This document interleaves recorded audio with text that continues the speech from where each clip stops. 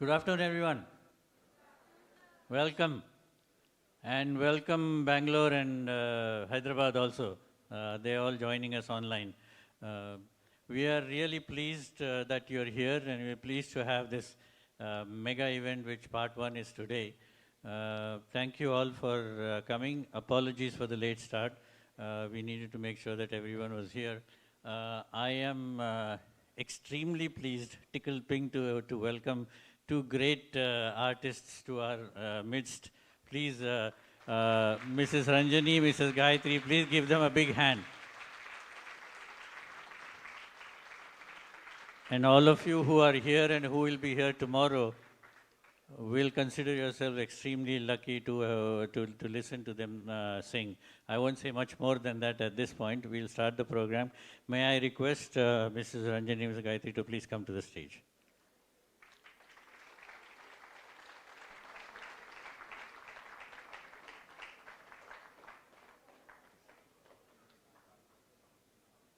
And I'm also pleased to welcome our new Vice Chancellor, Professor D'Souza.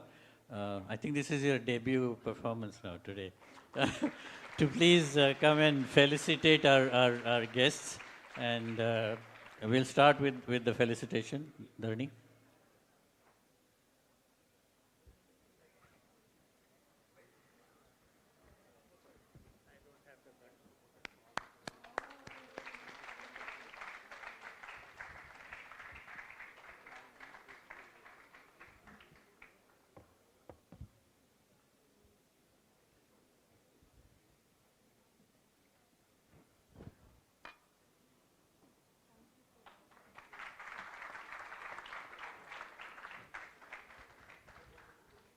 Would you like to say a few words?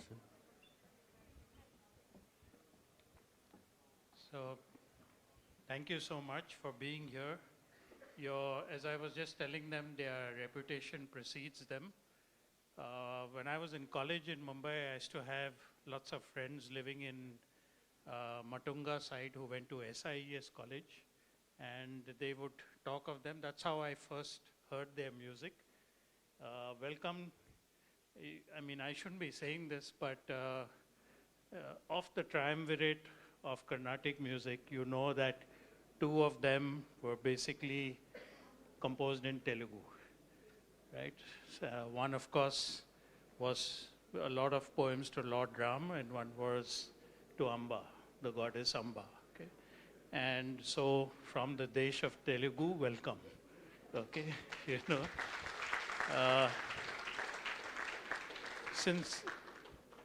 Since a lot of Carnatic music is not normally rendered in different languages, I was fascinated by the fact that they do render it in different languages. And I do hope, given my origins from Mumbai at some stage of my life, that you do perform Marathi Abhang tomorrow. Okay? And thank you so much once again. I can't resist saying that I'm fascinated by the color combination and the beautiful saris.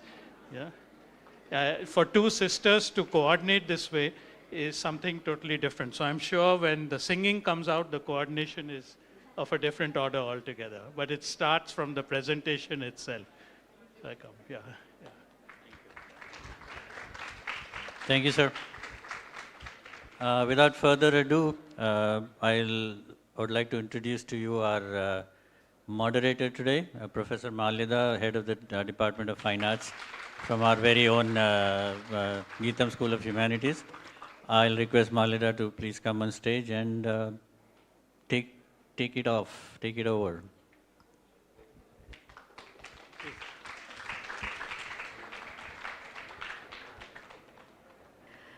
Sadgurubhyo Namaha, Sabha Saraswati Namaha. And today we have two incarnations of Saraswati Amma. We just celebrated our Vasanta Panchami just 2-3 days back, and we have two incarnations of Devi Saraswati. A huge round of applause.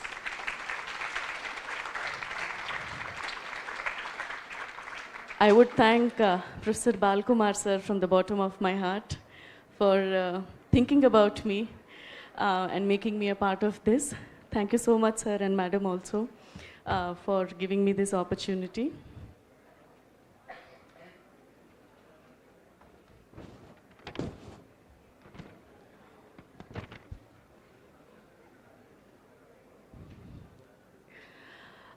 Dear students and a wonderful audience, I think one term, one word that would put the Raga sisters in a nutshell is the rock stars of Carnatic music.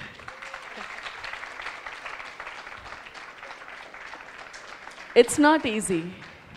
It's not at all easy to voice your concerns about something that you're practicing by yourself. You can talk when you're standing on the banks of a river and can comment on people who are on the boat. But when you're yourself riding a boat on that river and you're saying this is wrong and this is right, that takes a lot of guts, a lot of energy, and a lot of wisdom and belief on your art. And here we have two sisters who are not just rock stars of Carnatic music, but who have never even thought for a second to voice their concerns, to preserve something which is precious in Indian music. And we are very elated to have both of you madams here today with us. Thank you so much for coming and making our day wonderful. Students, this is for you. Gayatri madam, when she was barely 2.5 years old, 2.5 years old, she could recognize more than 100 ragas. And Ranjani madam, when she was barely 5 years old, could delineate the rhythmic patterns. At that age, when we ourselves don't know if 2 + 2 is 4 or 5, at the age of 5, she could delineate the rhythmic patterns. So they are incarnations of Saraswati. I once again say that, and there's no iota of doubt in that. They started their career as violinists, and in their teens, they were very much known for their violin accompaniment. And then they were much revered Carnatic vocalists. And the Raga sisters are here, madam. Whenever I listen to you, whenever we listen to your music, every time the first question that comes to me, I'm sorry if I should start it not, but this question is straight from my heart. Did your parents name you Ranjani Gayatri to mean Raga, or was it just a sheer coincidence? Thank you, Malyada ji, for the wonderful introduction. I'm so touched and moved, both of us are. And thank you all for being here in such large numbers. It makes me, though I'm not on the right side of 40, but it makes me feel very young to see you all here and to be amidst you. So thank you very much for, thank you to GITAM for having organized this event and giving us an opportunity to share our experience with you all and to have this conversation. Thank you so much, GITAM. And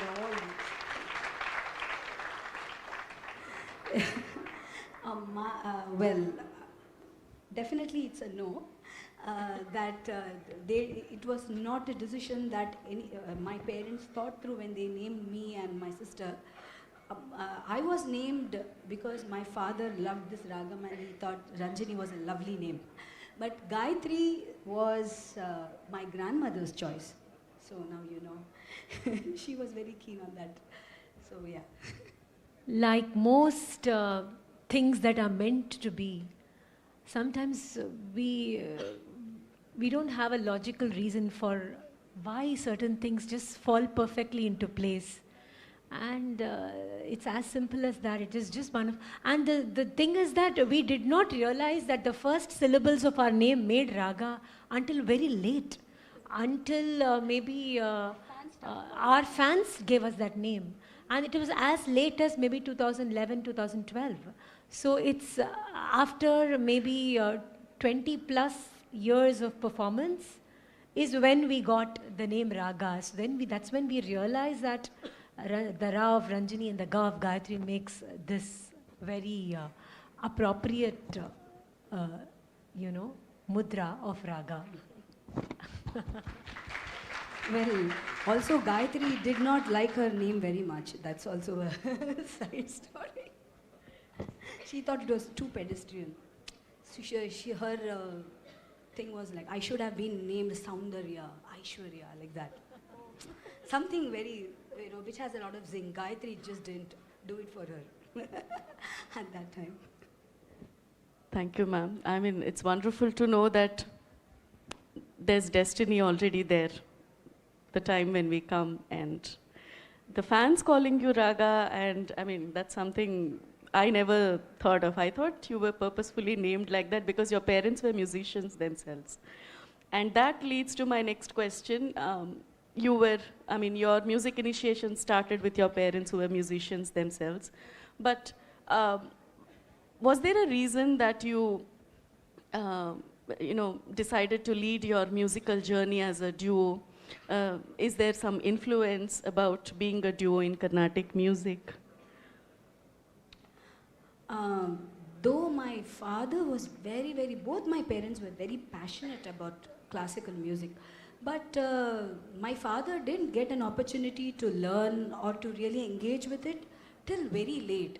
In fact, only after he started working, the first salary he got, what he did was go and join a violin class. Till then, his parents forbade him to have any kind of lessons because, it is absolutely not a career prospect. And people from our community it's not. It's a okay hobby, but no time for hobby now. You have to establish your life first. So that was the thing. So I think my father became even more passionate because he was not allowed, maybe. My mother had an excellent voice, and she was a musician trained under Brinda Mukta. So, and we just recently came across her few recordings, actually so late, and then we discover now what a beautiful musician, wonderful musician she was. But yes, we have been exposed to music right from a very early age. So for us, being in Mumbai, being born and brought up in Mumbai gave us a very unique, I would say, advantage, because we were exposed to a lot of music, be it symphony, orchestra that was happening, where Zubin Mehta, one of the greatest conductors, used to conduct in NCPA, which was one of those big theaters in Mumbai. From there, a lot of Hindustani music, of course, Carnatic music is where it is our home. So we have been exposed, and then, of course, Bollywood music, and then devotional music, everything. So it has been. The thing is that we grew up, both of us are close in age. There's only 3 years apart. So we went to class together, we learned together, we fought together, we argued together, we did all the pranks together, though I have to give credit for Ranjani to be the captain of all the naughtiness and mischief. So performing together was something that was a natural continuation and at the behest of our guru, who strangely, when we were very young, we were asked to perform a concert. My father wasn't convinced we were ready, but our guru insisted that we perform. So what I'm trying to say is that the first performance happened because both of us were just, co-conspirators. We did everything together. And that kind of, that togetherness, that duo-ship kind of continued. It's not always true that what starts as a childhood partnership must always thrive, must continue. It's not necessary because life happens in so many unpredictable ways. But I think just like the name Raga was an act of destiny, I think our partnership has just naturally, magically found a place to thrive, to soar. And there are so many people that you have to be grateful for. As not only two people, but two people married to different families, being women having multiple responsibilities. There are so many people that we must be grateful for so that this partnership thrives. So who do you finally put that, attribute it to? It's just divine destiny. I would just say that it is meant to be. Ma'am, actually, yes, when you were saying that makes me ask you, how would you synchronize so well, like your practice, your performances, your domestic life? You're married to 2 different families, your personal schedules are different, but like your saris, you are the same, but you're not the same. You complement each other, but you're 2 different, but you are the same. I mean, how do you synchronize so well? What's the reason? I mean, thank you for the compliment. People think when they hear us sing on stage that, asura sadhaka, they think.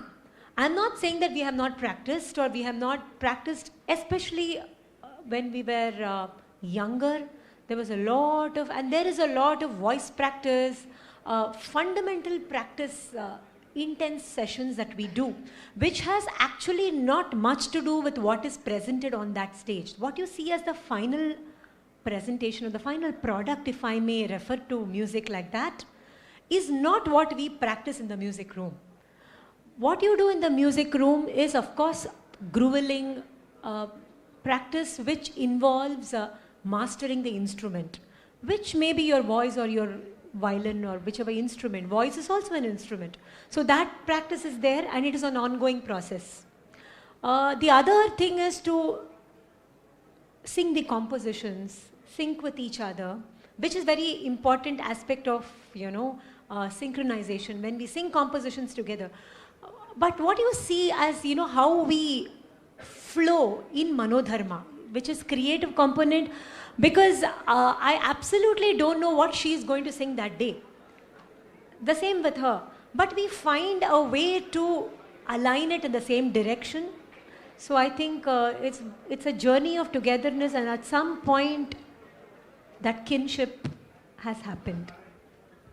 May I request the students to kindly maintain silence?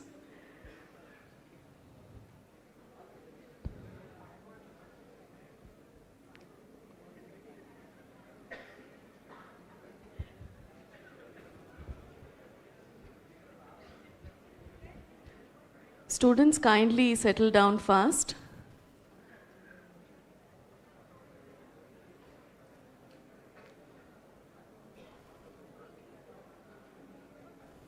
So, ma'am, you mean to say you don't set your repertoire of your kacheri before?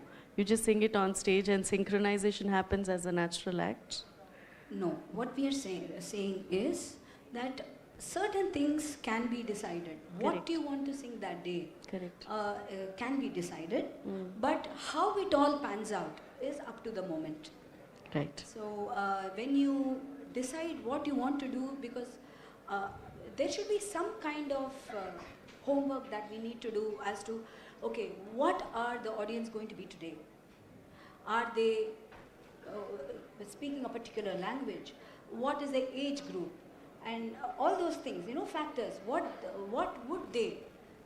And then, of course, there should be a lot of variety in the melody, in the rhythmic structure, the pace of the pieces which are coming in succession.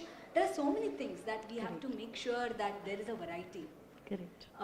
See, we plan a concert depending on many aspects, but what I'm trying to say is that Ranjani is saying is that you can plan what to sing considering so many parameters, but how that music lands that day is up to the magic of the moment, and neither she nor I can predict what we would do at that moment, let alone be in sync. But sometimes in fact, I should tell you an interesting story. We were in a studio a few months ago and we were recording a song. And when you sing a song together, in classical music especially, it's not like a film recording session where you separate it line by line, word by word. In the word seriya varla, adu konjam huskiya padunga. I'm sorry, I'm lapsing into Tamil. The director will tell you, can you sing this word again with this emphasis? And then you take it line by line. That is not how you record a song, you record it in one go.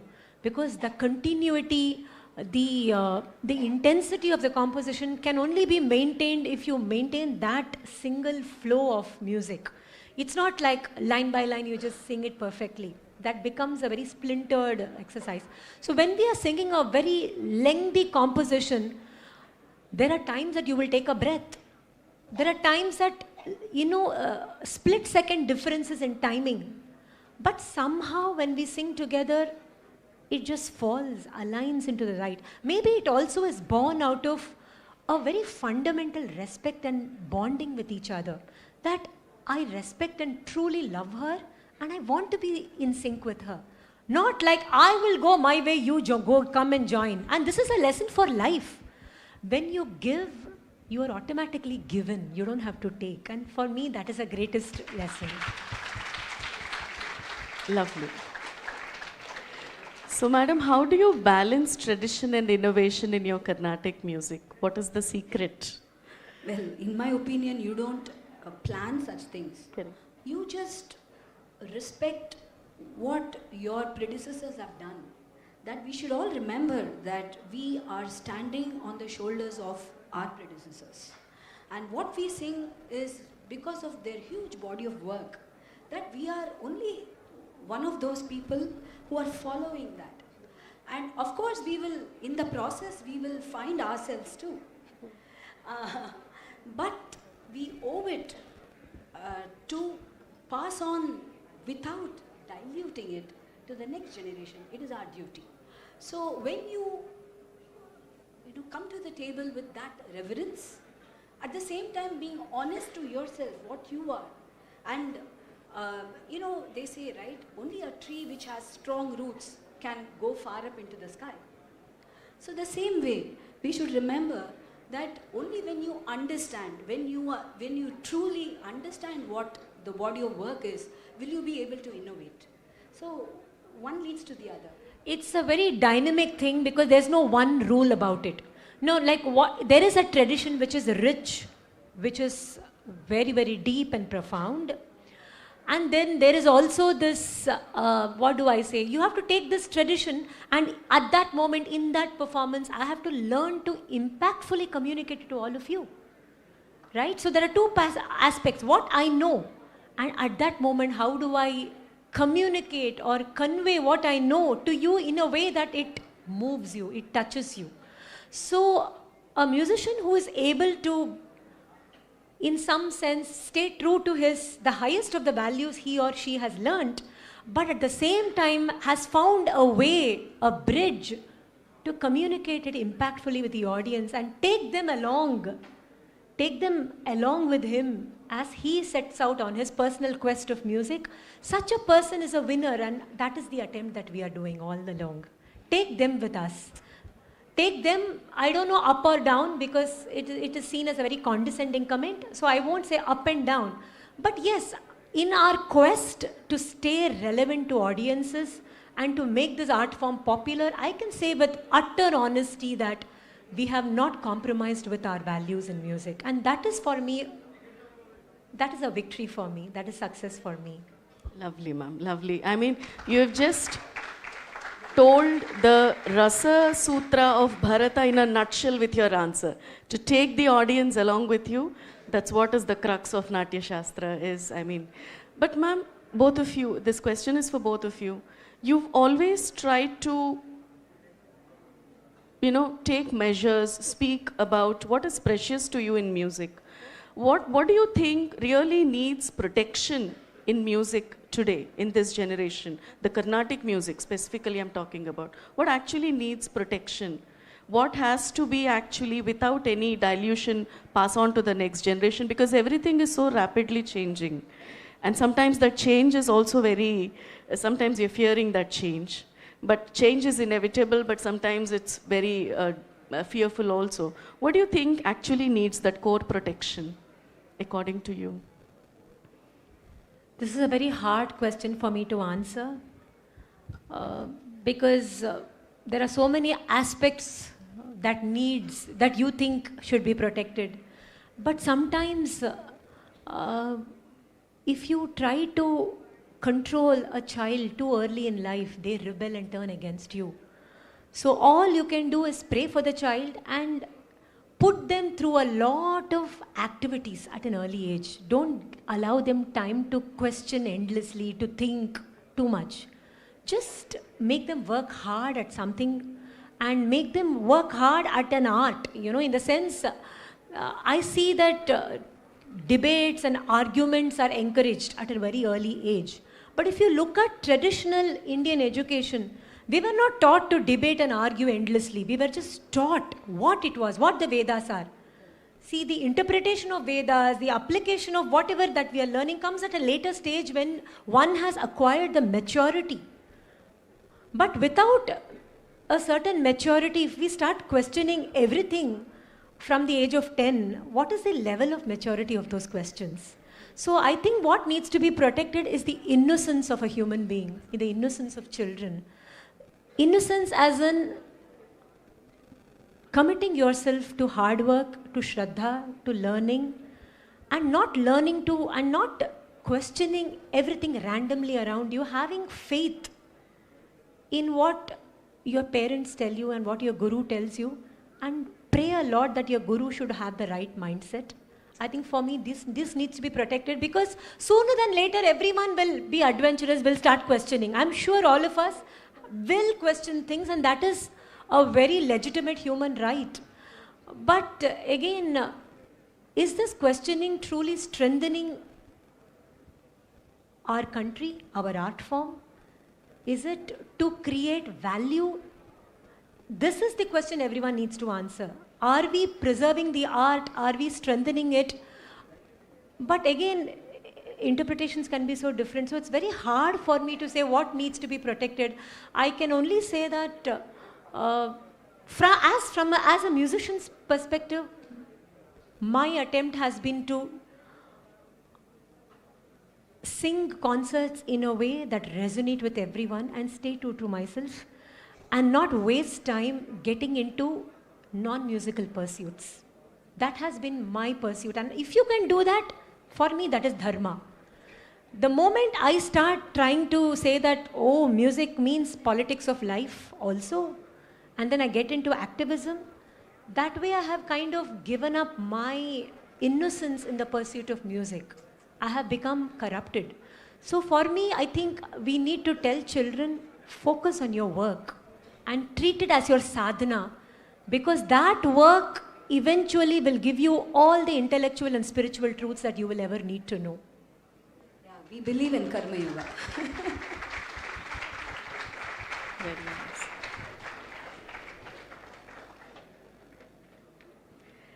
At any point of time, like our music, like our dance, what Madam rightly said, that innocence as an artist, no matter you are 40 years old, 50, 60 or 70, that innocence as an artist is something which is so necessary to be protected in the core of our heart. Just one innovation and two innovations, and there are few artists who think, you know, we are beyond everything. But no, as ma'am rightly said, that innocence of an artist, of a child, when we started our journey in the music or dance, that has to be there until the end. I think, yes, that should be protected. That's very true. Ma'am, do you see a shift in the way Carnatic music is being accessed and performed? Like after the COVID, the virtual learning and the virtual performances. And the other day, Balkumar sir was telling, there's so much connectivity, but there's very few connections. So how would you see the Carnatic music in the virtual world? Well, this virtual world has really transformed every field actually, including Carnatic music. So this is no exception. Definitely the way people consume music, the way they engage with it, the way they are listening, everything has gone through a change. Now it is like one view is equal to 52 seconds, that's all.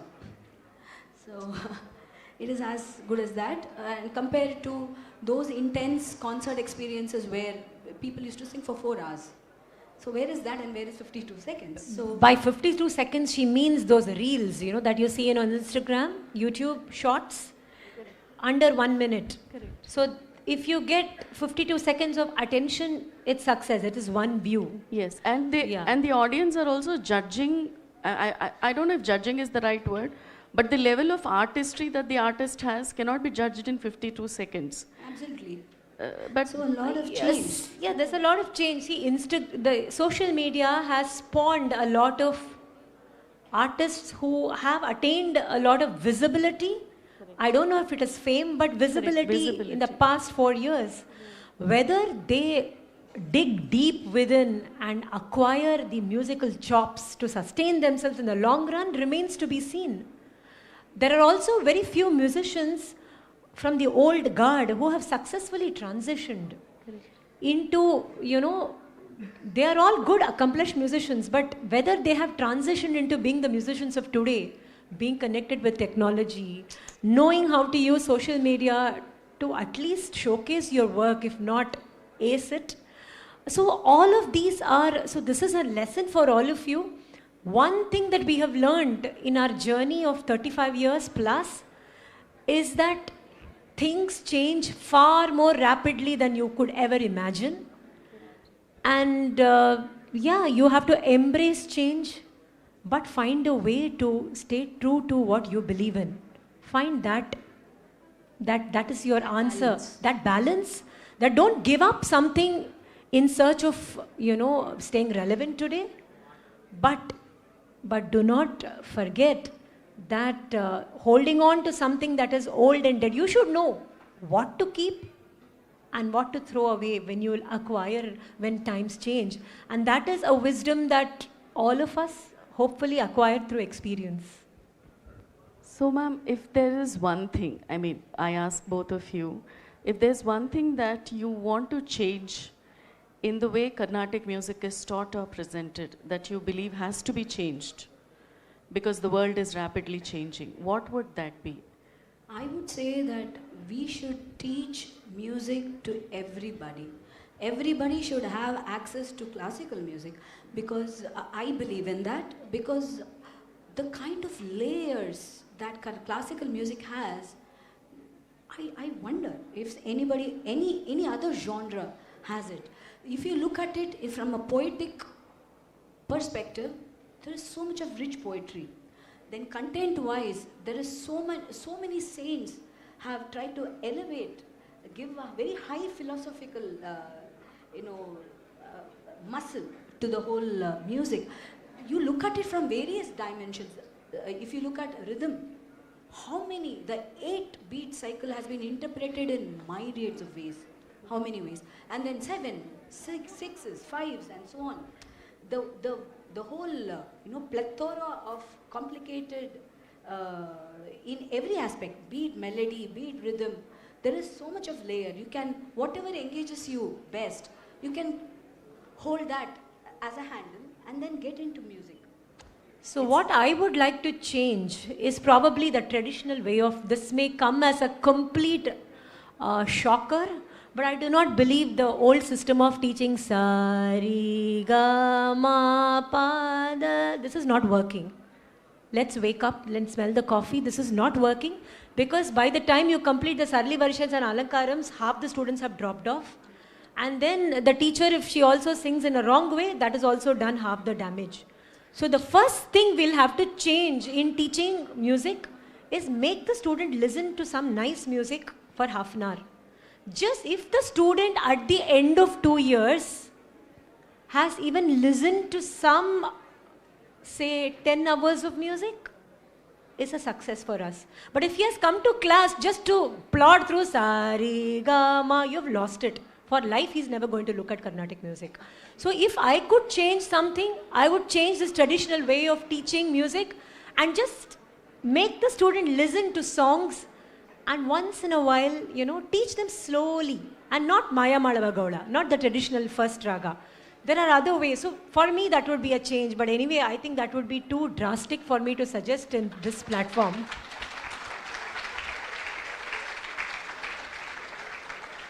And Ranjani ma'am was saying that music has to be taught to everyone.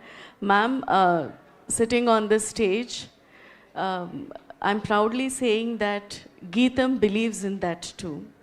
And we have something called as liberal education, that we have embraced it so fast. And through the Department of Fine and Performing Arts at GITAM, all department students, be it engineering, architecture, business, any department, all are having access to learn arts. And that leads to my another question. Very unfortunately, in a country like Bharat, that has thousands and thousands years of Gurukula Paddhati, that taught arts as a part of curriculum. Now, when you join a small boy or a girl to a Gurukula, they used to learn everything: cooking, architecture, archery, art, everything. But today, we are just looking at it like this.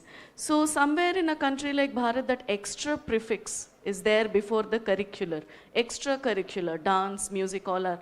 But slowly we are trying to rub off that extra. Do you think governments should take any initiative in removing that extra prefix? Where do you see yes, that? Definitely in today's world, the government is the most powerful arm. They are the most, they have the most resources to put such a program curriculum in place. And therefore, I also feel that, you know, it is usually held that only certain class or a certain type or community of people get access to music. That should not be the case. Only such a, government can only do that, of taking the music to everybody, to the last person. Just like it has, successfully taken education everywhere, music should be part of that. And should be taken everywhere to be a musician, to be a better human being, to be much more rounded, to be more nuanced, to be more aware. You need music. It's very critical. I truly appreciate GITAM University for mainstreaming this kind of an education, which actually is traditional Bharat, right? We never separated. We considered learning, washing clothes for your guru as life skills. You went and helped the guru's wife in her daily chores. You did everything. All of this was education. Helping, doing physical labor, bonding with your students. I don't know, so many things, like you said, archery or so many things, kala. Everything was a basket. And you exposed them to everything. And then the guru, this is individual education at its best. And now Montessori is saying, go with the child. Indians traditionally have always gone with the child. I mean, who is to, you're like, teaching us this, but that is the sadness of what has gone wrong with the education of 100 years plus, this Western influence, that we have lost that connect. But yes, it's wonderful to see GITAM bringing that back. You don't pre-decide the traditional streams. Oh, this is science and this is arts and this is commerce, but let them choose. And it will kind of fire you up in so many different ways. A medical student singing a piece of music, or a student of architecture going and learning something else. In so many ways, these skills empower you, inspire you, rejuvenate you. And that is the purpose of education, to rejuvenate you so that you're ready for the world. And my appreciation to GITAM for bringing this back. Ma'am, who inspired both of you? Who were your biggest influences for your musical style? Well, my parents, for sure. My father has always told us this, that don't do something because it will reward you in this timeline. You will get this much back. No, it has to be something that you love doing. Give unconditionally. The world will give it back to you.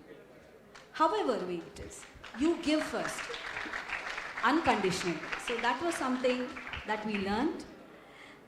We unconditionally learned music because my father, in fact, my family believed that music is not sustainable as a profession. This was told to us repeatedly. You do something else. But this is a passion. This is more important than your, in fact, academic performance. So that was how it was for us. But then eventually it so happened that we love music so much, we were so passionate that that became our career. And even my father says, oh, how did you become like this? I never expected, I never thought that you would be like this. So yeah, father was a big guiding light for us in life. My mother also, in many ways, the way she held the family together, her patience, her nurturing. So both of these were great in the sense your parents are your first gurus, and that has stayed with us. Of course, our gurus, Sri P.S. Narayanaswamy and T.S. Krishnaswamy sir, who remain for us guiding lights, than our pole stars for music. And musical inspirations are many.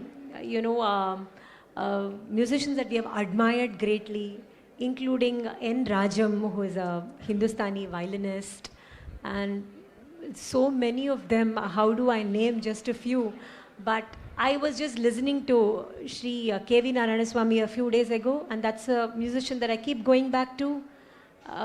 Shamangudi Srinivas Iyer, because I remember I heard him at the age of 5. And I remember this incident, my father was teasing me because I loved him. God knows, he used to have this nasal voice. I don't know how many of you have heard Shamangudi Srinivas Iyer. Most of you are very young, but of course the elderly people here would have heard him. He used to sing like this. It's a very bad imitation, but he had a very nasal voice. And it's not a voice that a 5-year-old child will naturally is expected to like. Right. It requires a lot of musical maturity to understand. But for some random reason, I fell in love with Shamangudi's music, and that love has lasted for me, because the more I understood of music, the more I found things to appreciate in his music. So these are some of the musicians to whose music I keep going back to learn more from. Ma'am, we have many music students sitting here in the auditorium. Could you please tell them what are the qualities that the students of music need to have or need to imbibe if they're not innately there? Suggest some good qualities. I don't know. I think you all know much more than what we do. You have so much of exposure, much more than what we had in those days. All we have practiced is all we can share. Correct. And I feel that to be very honest and sincere in your effort, to try your best every time, not to take anything very casually or in a very, it's okay, lackadaisical. We don't believe in that. Every concert, everything is important for us. No, even, it can be as mundane as cooking. Even if I am making rasam today, I would say this rasam should be very good. So like that, I'm just giving an example, random example. Yes. So whatever you do to the best of your ability with total shraddha. Correct. That is all. That is what we have followed. And of course, we have always been taskmasters, and we have been very, very critical about ourselves.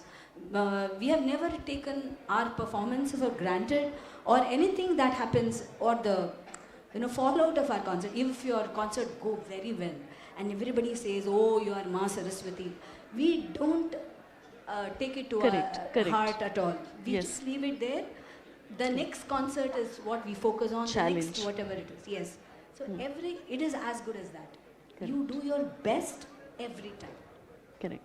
Ma'am, you have contributed, but undoubtedly, you have contributed immensely to the Carnatic music world. And of course, many musicians have contributed immensely to the Carnatic music world. But tomorrow, the future generations, if they think about raga, right? What is that you want the future generations to remember about you as your legacy? How would you want raga to be remembered, maybe after 50 years or 60 years? I'm not getting here because you can never control anything like this.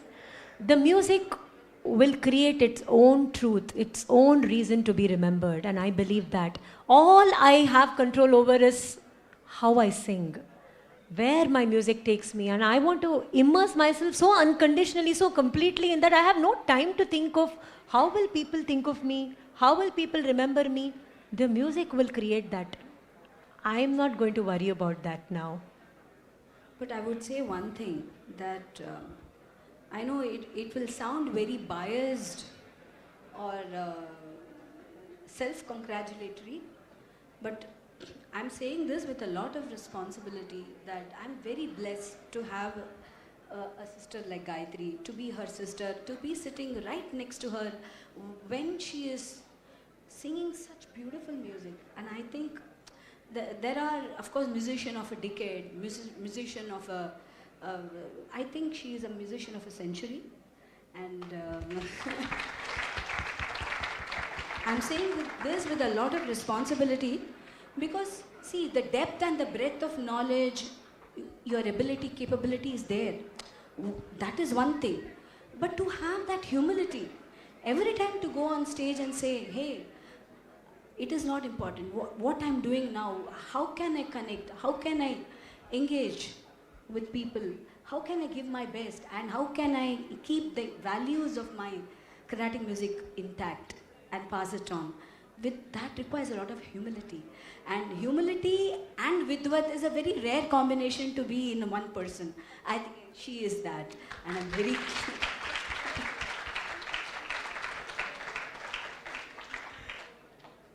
You know, you've asked me that, do you plan on being a duo?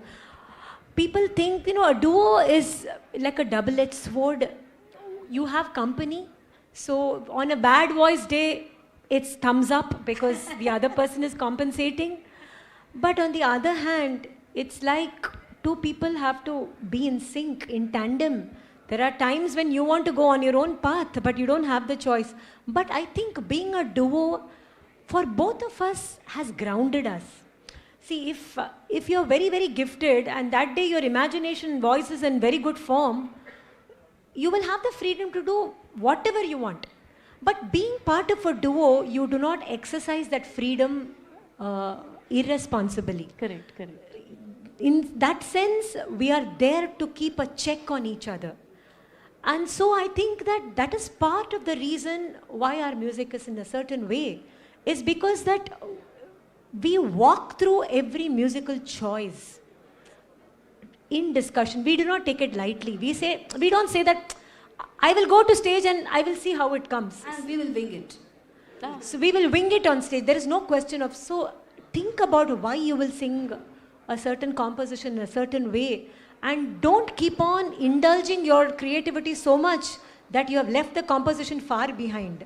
So that balance, I think being a duo, being there for each other to keep on checking that the other person is okay. So I think there is a self-QC that is going on, quality check. So I think I'm very grateful for being a duo, because I don't think I could have done it on my own at all. So lovely, ma'am. And Gandhi Institute of Technology and Management. This reminds me of Mahatma Gandhi's words. Be the change you want to see in the world, and you have proved that whatever you wanted to see in Carnatic music, you yourself did it. And for change makers, for people who are change makers, they don't start their journey to be change makers, because there is something in them, be it the respect for their art form or the rootedness that they have, that doesn't change at all. And those people who don't change at all at a root level are the actual change makers. And thank you so much, madam, for being change makers in Carnatic music. With this, we will open the platform for question and answers. The audience can ask questions.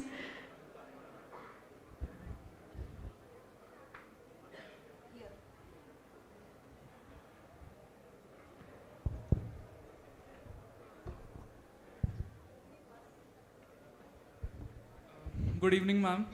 Might I say you look immensely beautiful today. I can feel the grace and simplicity sitting right here. Ma'am, you play the violin, and ever since I was a kid, I am being conditioned to music, whether it be classical and semi-classical alike. And ma'am, my question is, what I have seen and what I have known is the violin instrument was inculcated in Carnatic classical, or whether it be introduced to the world by the European in the 19th century.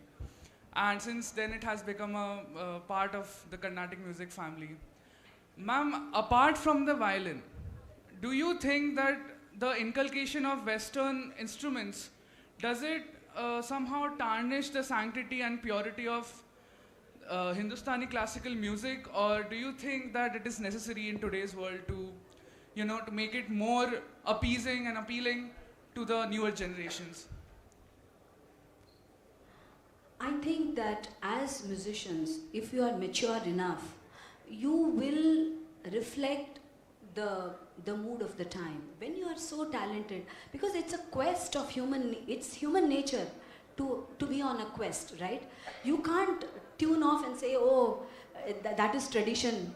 50 years of college, now 51st year, wo apne aap wo ho jayega. Nahi, every year you have to think what you're going to do, what you're going to do different.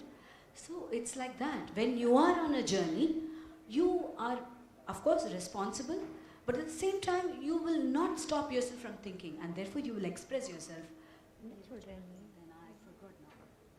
No, the question is introduction of foreign instruments, right? Yes. To interpret, to express, to play Carnatic or Hindustani on. I think it all depends on the musician. Violin was introduced, I don't know the exact dates, but it's quite old. And since then it has gone through a series of process, and incrementally the violin has now come very close and it's become a very fundamental instrument. Traditionally, veena was the accompaniment instrument for concerts, and it was replaced by the violin because of the extreme flexibility of the violin to imitate the human voice and to do astounding things, and of course because it's also far more portable than the veena. So there are so many constraints, and then you had the guitar or the mandolin through the hands of a genius like Srinivas.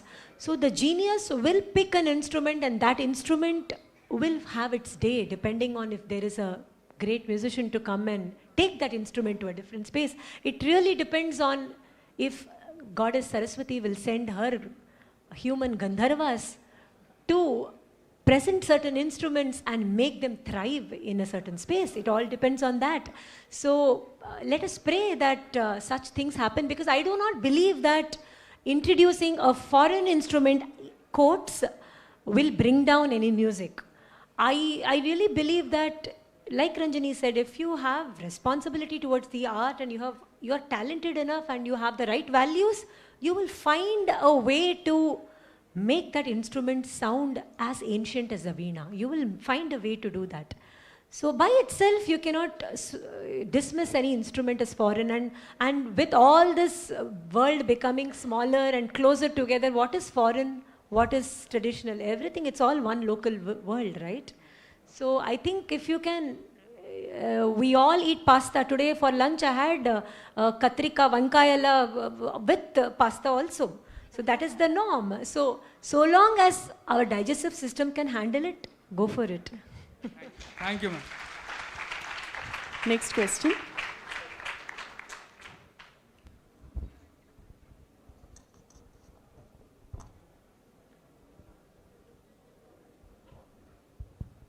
Ma'am, what is the secret behind your success and adoration as a legendary musicians?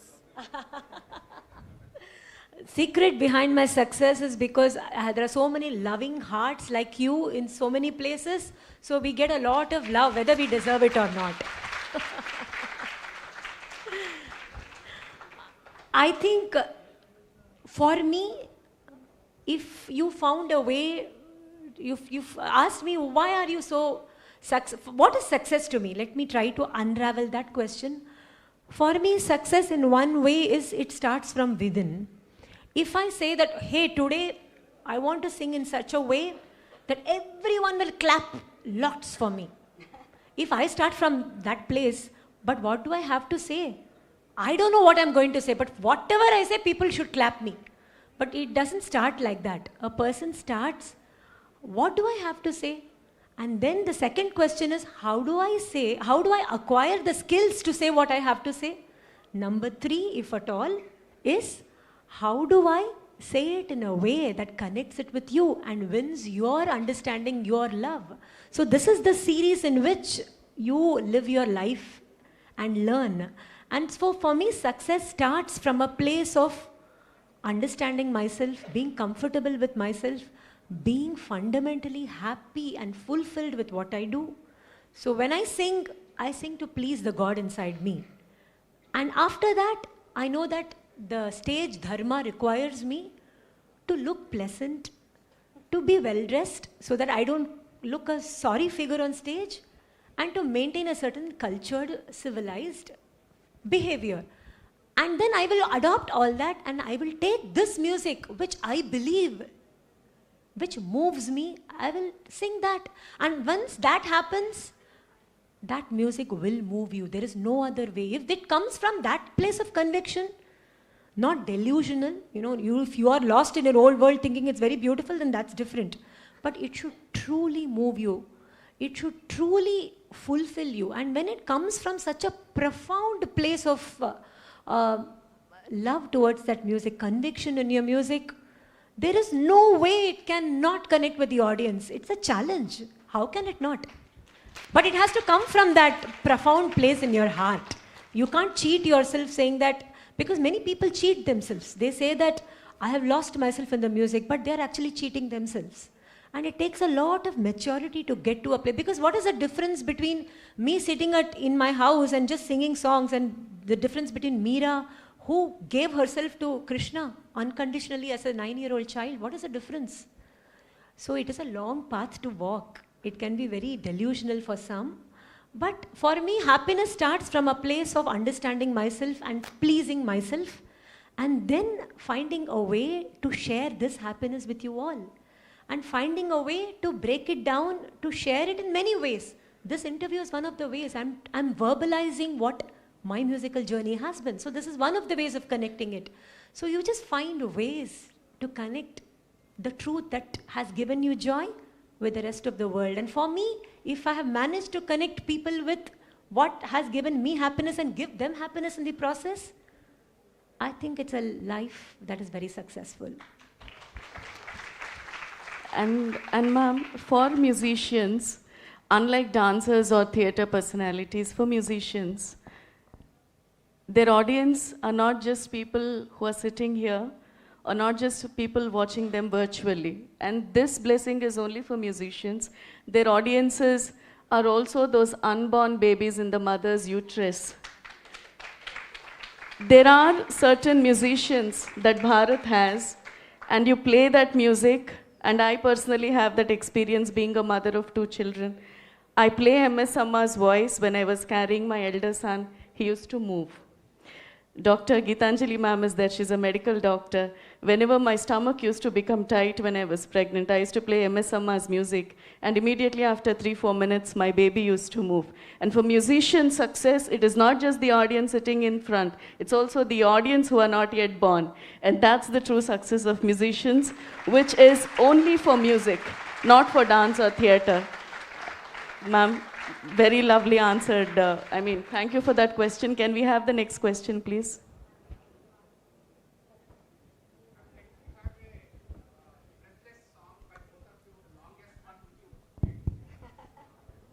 Madam, good evening, ma'am. I am very glad to see you. My question is that in this generation, 2025, now we are all in 2025, why the classical music teachers are decreasing to learn the students perfect in classical music? Why the number of classical teachers are decreasing? What is the remedy to make the classical teachers increase? Well, I don't know actually it is decreasing, but yeah, one main reason could be there is no monetary benefit because of that, maybe. That there are not, maybe in an area there are not many takers, there are not many people coming forward to learn, or whatever you know when you want to teach, there are not many people. coming forward, giving money. So it doesn't make monetary sense for them to teach or make that their career. So perhaps it's because of that. But in certain areas, there are more teachers than what is needed also. So. I think things have also moved online, right? So that is a huge fundamental shift that has happened in the music field, is that what used to be your muhalla, your local teacher, that you went, you met her, you learnt, is now shifted to an online class. And in this shift, there is also a lot of things that we have lost in the process. And that is a loss that we cannot do anything, we cannot reverse it. It is just gone. So, but of course, access to music, I don't think has gone down, because online classes, music academies, everyone wants to, have students, whether or not they're able to assure good quality teaching, I don't know. But there are lots of online music schools and no dearth of them. Any student can get any teacher anywhere. Correct. Of course, the quality we do not know. That is one thing of online. Just like everything else, like the friendships that we build on social media, Correct. finding a teacher has become fraught with uncertainties and... But yeah, it is more available than what it was before. We'll wrap up with 2 more questions. Yeah.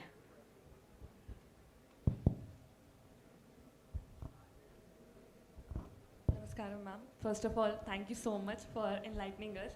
I have a very interesting and funny, not funny, but interesting question. Since you both perform a lot, there might be a situation when there's been impromptu questions or impromptu story or impromptu factor. So what is wow factor that happened and you want to share with us?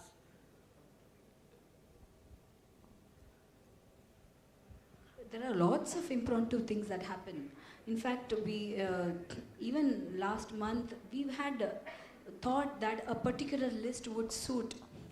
And then we, almost before we ascended the stage, the organizer comes and says, you know what, I want you to sing this song. And then as a main. So now what happened, we had to change everything. Because once you change one thing, the others don't fit in that particular list. So it had to change. So this impromptu list change, and now we have to come deliver completely different. That happens all the time. Of course, there are a lot of unpleasant surprises like power cuts that happen at the time of concert. When it is in session, that then suddenly there is no mic, all the sound system goes for a toss. All these things happen, and we have to deal with all this, and then still want to do the best by the audience. I think recently after a concert, it was shared on social media also, I think. When we came out of the stage to meet the fans, we all say, oh, it was nice and people will take selfies. This fan of mine, who was a girl, she lifted me high in the air. And everyone, broke into a cheering and clapping and whistling as she lifted me high. So it was a very unsettling but a very nice moment, because that was her way of showing her love for me. So, and this happened, in a very prime sabha in the Margari. So I remember this, and it was a very sweet moment for me. So that's very unexpected though, and Ranjini was very concerned that she should not drop me down. And so that is one unexpected moment that I remember. One last question. Sir, Mike. Ma'am, may I, when was the first time you identified that you would work as a duo? That's the thing. We never identified a time. It just happened. But we also never ever had a feeling that we should not be a duo. Because we have always been a duo for life, and that just continued. And we found more and more reasons to find meaning and, it only increased our conviction that we were meant to be together. So your question was, what is the reason to be a duo, right?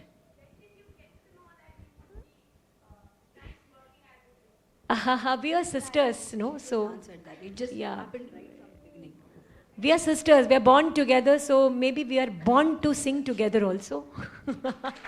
Not born together. Oh my God. We are not twins. We are, born in the same family. All right. Okay. She gets. Yeah.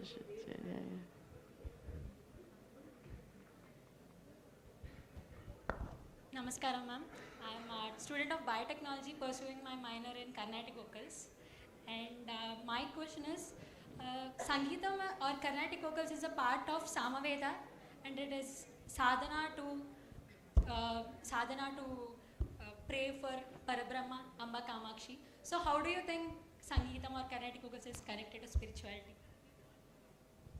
Spirituality means different things to different people. So for us, music has been our path to spirituality, higher philosophy, happiness, bliss. So every time we sing, it moves me. Every time I listen to a great piece of music, it truly touches me. And for me, that is the spirituality. That is my path of spirituality. For different people, it means different things. So there is no question of prescribing anything, but yes, music is it's the easiest way to reach God. For sure it is. Because the Thiruvalluvar says, Shelvathul Selvam Sevichelvam Achelvam Ella Selvathul Tale, which means that of all the senses that you have, hearing is the best. And the way you learn and engage through your ears is the most profound. And Sant Eknath says the same thing. Swaye bolile jagat jeevana thor kaliyugi kirtana, he says in Marathi. That in Kaliyug, the easiest way to reach God is through music. But again, it's a very personal pursuit. Whether a musician looks at music just as a technique, as a way to, indulge his creativity or his whatever he has learned from a guru, or whether he takes that music and finds the truth of his existence in that music, is all part of a journey and a very, very personal quest, right?